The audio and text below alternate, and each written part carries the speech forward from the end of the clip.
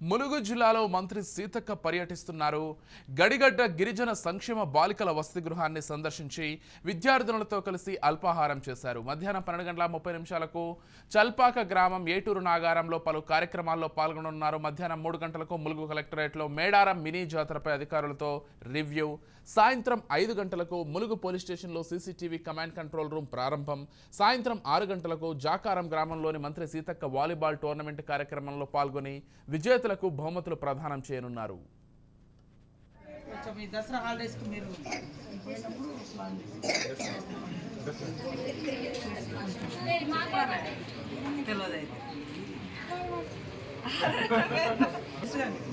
Collector అనే పదవి విన్నావా?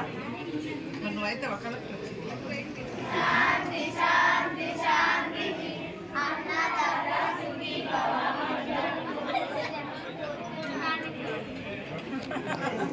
మర్చిపోయారు